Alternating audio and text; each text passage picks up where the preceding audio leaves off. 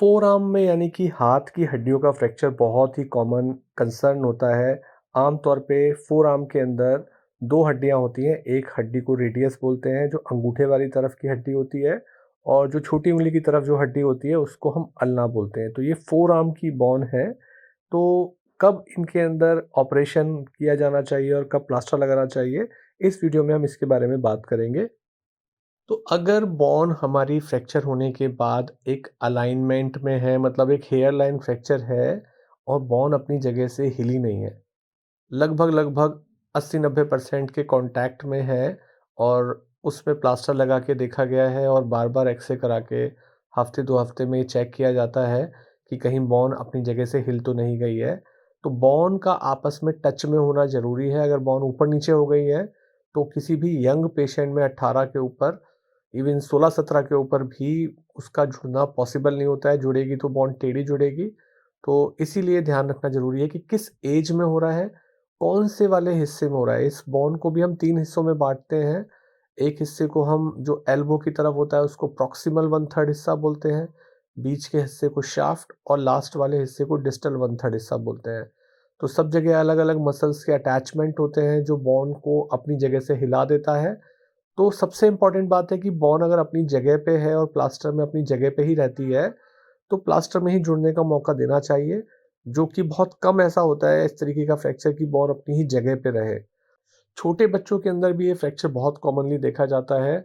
यदि 10 साल से छोटा बच्चा है और थोड़ा बहुत बॉन अगर टेढ़ी भी हो गई है फ्रैक्चर के बाद, तो भी उसको हम एक्सेप्टेबल मान लेते हैं। उसमें 15 डिग्री का अगर एंगुलेशन है, मतलब पूरी सीधी बॉन के बजाय 15 डिग्री मुड़ी हुई है, तब भी हम उसको प्लास्टर के लिए ठीक मानते हैं और प्लास्टर लगा देते हैं 10 साल तक के बच्चे के लिए। पर जब बच्चा 10 साल से बड़ा हो गया है या 10 साल का है, तो तब हमें जो एंगुलेशन है वो 10 के डिग्री में ही याद रखना चाहिए कि 10 डिग्री भी अगर बॉन का टिल्ट है, तब तक तो प्लास्टर में बात बन जाएगी। अगर 10 डिग्री से ज़्यादा का टिल्ट है तो फिर हमें सर्जरी के ऑप्शन की तरफ विचार करना पड़ता है। हालाँकि छोटे बच्चों के अंदर बॉन के ऊपर एक लेयर होती है पेरियोस्टियम की, तो इसको हम मान के चलते हैं कि अगर थोड़ा बहुत बॉन ऊपर-नीचे भी दिख रही है बट आमने-सामने है और प्लास्टर में है, तब भी जुड़ने के चांसेस अच्छे रहते हैं। इस चीज़ को हम बायोनेट अपोज़िशन बोलते हैं। वो पेरियोस्टियम की वजह से होता है ऐसा। तो 10 साल से बड़े बच्चों के अंदर हम कुछ हद तक इसको एक्सेप्ट कर लेते हैं, अगर वो बॉन आपस में कॉन्टैक्ट में दिख रही है हमें। एपी एक्स-रे कराने में फोरआर्म के और लैटरल व्यू में, 2 व्यूज़ में देखा जाता है इसको। कई बार एपी में ठीक लगता है तो लैटरल व्यू में बॉन अपनी जगह से हटी हुई दिखती है। बड़े लोगों के अंदर अगर फ्रैक्चर है और बोन अपनी जगह से हिली हुई है तो वहाँ पे तो सर्जरी ही ऑप्शन होता है। बड़े लोगों में अगर प्लास्टर की बात आती है तो फंक्शनल ब्रेस होती हैं या प्लास्टर्स होते हैं जो यूज़ किए जाते हैं, ख़ास तौर से अगर अल्ना वाली बॉन में जो छोटी उंगली की तरफ बॉन होती है फोरआर्म की, उसको अल्ना बोलते हैं। तो अगर उसके अंदर कॉन्टैक्ट है, बॉन का 50% से ज़्यादा हिस्सा आमने-सामने है और जो बॉन का टेढ़ापन भी है वो 10 डिग्री से कम का है, तो प्लास्टर में बात बन सकती है अगर खाली अल्ना बॉन का फ्रैक्चर है। तो इसमें भी जुड़ने के चांसेस रहते हैं।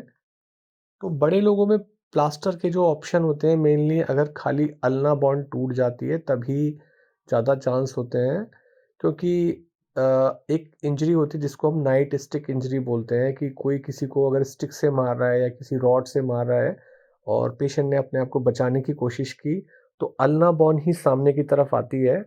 तो अगर चोट बहुत ज़्यादा से नहीं लगी है और हल्का सा क्रैक आया है, जो हमने बात की थी कि बॉन्ड का कॉन्टैक्ट आपस में 50% हिस्से का बना हुआ है और टूटने के बाद बॉन्ड के अंदर एंगुलेशन 10 डिग्री से कम का है, तो प्लास्टर में उसको ठीक किया जाता है। यदि ऐसा नहीं है, तो सर्जरी ही रूल है, सर्जरी ही करा जाना चाहिए उसके अंदर। तो प्लास्टर का जो ऑप्शन होता है वो 10 साल से छोटे बच्चों के अंदर ज़्यादा होता है। इवन जब वो पहली बार आते हैं उनका फोरआर्म का एक्स-रे कराया जाता है जहाँ पे बोन का अलाइनमेंट ठीक नहीं दिखता है, तो उसके बाद क्लोज़ रिडक्शन ट्राई किया जाता है। क्लोज़ रिडक्शन का मतलब है कि 2 व्यक्ति बोन को हाथ को इस तरीके से पकड़ेंगे कि बोन को अपनी जगह लाने की कोशिश की जाती है, जिसको क्लोज़ रिडक्शन बोलते हैं।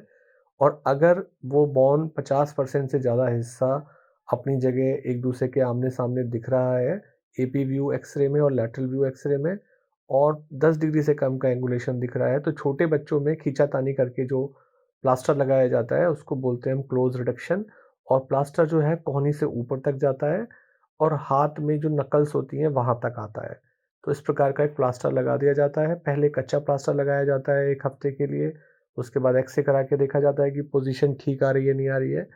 कई बार उसी प्लास्टर को भी आगे बढ़ाया जा सकता है कि कच्चे प्लास्टर में ही, पर सूजन कम हो जाने की वजह से बोन का हिलने का डर ज़्यादा होता है। जितना बड़ा बच्चा होगा, उतना ही ज़्यादा सूजन जब कम हो जाएगी 1 हफ्ते बाद, तो इसीलिए पक्का प्लास्टर लगाया जाता है और दोबारा से चेक एक्स-रे करा के एपी व्यू और लैटरल व्यू में देखे जाते हैं। और इस प्लास्टर को हम बोलते हैं लॉन्ग आर्म कास्ट, जो कि छोटे बच्चों में लगाया जाता है। और जैसा हमने बात की थी कि अगर खाली नाइट स्टिक फ्रैक्चर है जिसमें अल्ना बॉन्ड टूटे हुए है, तो वहाँ भी प्लास्टर ही लगाया जाता है। कई बार लोग ऐसी कंडीशन में बोलते हैं कि ये कोहनी से ऊपर प्लास्टर क्यों लगाया जा रहा है, फ्रैक्चर तो कोहनी के नीचे की तरफ है। तो जो मसल्स लगी हुई होती हैं बोन पे, वो अपनी पुल करके फ्रैक्चर सरफेस को हिलाने का फ़ोर्स रखती हैं। तो जब कोहनी के ऊपर तक लगाया जाता है, तो वो जो मसल फ़ोर्सेस होती हैं जो फ्रैक्चर के बोन के हिस्से पे लगी हुई होती हैं, तो वो हिला नहीं पाती हैं उस फ्रैक्चर रिडक्शन को। तो इसीलिए कोहनी के ऊपर तक ऐसे प्लास्टर लगाए जाते हैं। स्पेशली शुरुआत के 3-4 हफ्ते तो होना ही चाहिए। हाँ, कोहनी से नीचे के जो प्लास्टर लगाए जाते हैं वो ख़ास तौर से अगर रिस्ट के आस-पास फ्रैक्चर होते हैं, तो वो कोहनी के नीचे तक लगाए जाते हैं, एल्बो से पहले-पहले तक के लगाए जाते हैं, जिनको हम शॉर्ट आर्म कास्ट बोलते हैं, जैसे डिस्टल एंड रेडियस का फ्रैक्चर या डिस्टल एंड अल्ना का फ्रैक्चर। यानी कि एल रिस्ट जॉइंट के पास जो फोरआर्म के फ्रैक्चर्स होते हैं, वहाँ शॉर्ट आर्म कास्ट यानी कोहनी से नीचे का प्लास्टर लगाया जाता है, यानी कोहनी को आप यूज़ कर सकते हो, मोड़ सकते हो, सीधा कर सकते हो। और जो प्लास्टर लगाया जाता है उसमें ध्यान रखा जाता है ना वो बहुत ढीला होना चाहिए, ना बहुत टाइट होना चाहिए। पर छोटे बच्चों में ज़रूरी नहीं है, 10 साल से बड़े बच्चों में हमेशा प्लास्टर से ही ट्रीटमेंट किया जाता है। कई बार जब क्लोज़ रिडक्शन यानी कि खींचने के बाद भी फ्रैक्चर अपनी जगह नहीं आ पा रहा है, बार-बार ट्राई करने के बाद, तो ऐसी कंडीशन के अंदर फिर सर्जिकल ऑप्शन होता है। ख़ास तौर से उसके अंदर टाइटेनियम की जो रॉड्स होती हैं, टेंस रॉड होती हैं या दूसरी स्क्वायर नेल्स आती हैं, वो लगाई जाती हैं या कुछ केसेस के अंदर ओपन रिडक्शन करके प्लेट्स भी लगाई जाती है शाफ्ट के फ्रैक्चर्स के अंदर। नेल्स डालने का जो फ़ायदा होता है कि छोटी सर्जरी होती है और कम ब्लड का लॉस होता है, बट कई बार नेल से रिडक्शन लाना भी एक चैलेंज होता है। जहाँ पर बिना चीरा-फाड़ी के आप नेल को फ्रैक्चर के एक हिस्से से दूसरे हिस्से तक ले जाते हो, तो वो डिफ़िकल्ट पड़ता है। जबकि प्लेट का ऑप्शंस जो होता है, वो थोड़ा ज़्यादा ब्लड लॉस तो होता है, पर वो ज़्यादा स्ट्रॉन्ग तरीका होता है बॉन को जोड़ने के लिए। तो जब बच्चे थोड़े से बड़ी एज के होते हैं, तो वहाँ पे अगर रिडक्शन सही तरीके से नहीं आ रहा है, तो अननेसेसरी प्लास्टर नहीं लगाना चाहिए। थोड़े बड़े बच्चों के अंदर सर्जिकल ट्रीटमेंट ज़्यादा अच्छा होता है, क्योंकि अगर खींचातानी करके, रिडक्शन करके, क्लोज़ रिडक्शन करके प्लास्टर लगाया जा रहा है और रिडक्शन ठीक नहीं है, तो फ्रैक्चर गलत पोज़ीशन में जुड़ेगा, जिससे बाद के मूवमेंट में परेशानी आ सकती है। कई लोगों के अंदर 18 साल से ऊपर की तरफ अगर फ्रैक्चर हो रहा है, बोन अपनी जगह से हट गई है, तो उसका गोल्ड स्टैंडर्ड होता है कि प्लेट से लगाया जाए, फिक्सेशन किया जाए। नेल्स का ऑप्शन अच्छा नहीं होता है, क्योंकि नेल्स के ऑप्शन में साथ में प्लास्टर लगाया जाता है, लंबे समय तक प्लास्टर रहता है, उतनी अच्छी फिजियोथेरेपी नहीं हो पाती है, उतने अच्छे मूवमेंट नहीं हो पाते हैं और उतना अच्छा रिडक्शन भी नहीं आता है। कई बार शायद बोन जुड़ भी नहीं पाती है ऐसी कंडीशन में।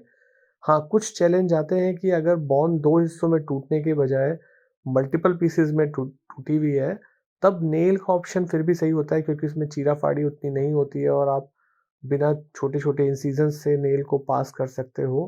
पर अगर बॉन मल्टीपल पीसेज़ में नहीं है, 2 हिस्सों में ही टूटी है, तो फिर प्लेट का रिडक्शन बहुत अच्छा आता है। वो गोल्ड स्टैंडर्ड माना जाता है। तो ये फोरआर्म ट्रीटमेंट के बारे में हमने बात की है।